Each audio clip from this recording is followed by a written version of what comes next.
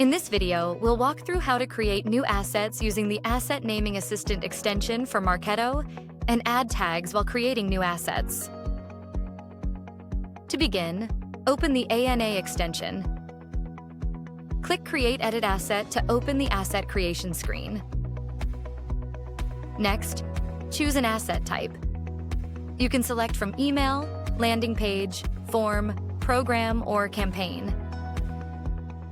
Select the appropriate workspace for the asset, then choose a template if one is available for the selected asset type. All categories configured for this asset type will now appear. Fill in the required fields, including the folder path or destination where the asset should be created.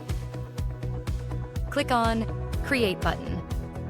Once the asset is created, user can access the created asset from homepage of the extension to either edit or add tags. To add tags while creating an asset, click the tag icon in the asset creation page. Select a tag to associate the tag with the creating asset, or deselect any existing tags as required. Before saving, click on Create New Tag button to create a new tag on the go. Select any tag you want to apply and click Save.